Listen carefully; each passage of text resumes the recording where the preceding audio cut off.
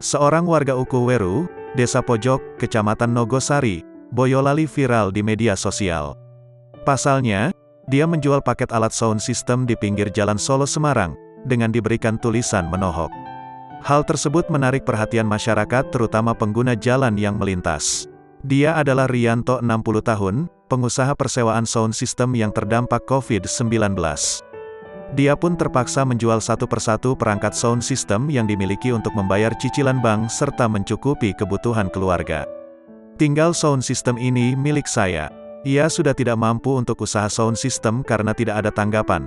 Panggilan, ya saya jual, katanya, Jumat, tanggal 30 Juli tahun 2021.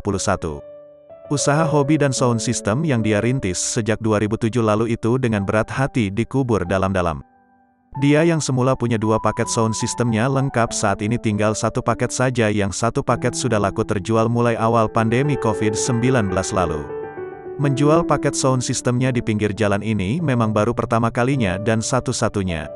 Sebab sebelumnya dia telah menawarkan paket sound systemnya baik melalui media online atau langsung namun ditawar dengan harga murah.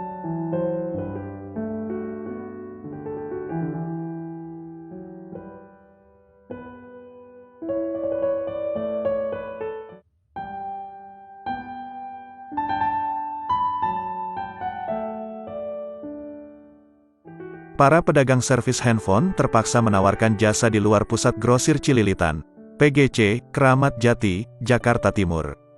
PGC kini ditutup sementara selama pemberlakuan pembatasan kegiatan masyarakat, PPKM, darurat.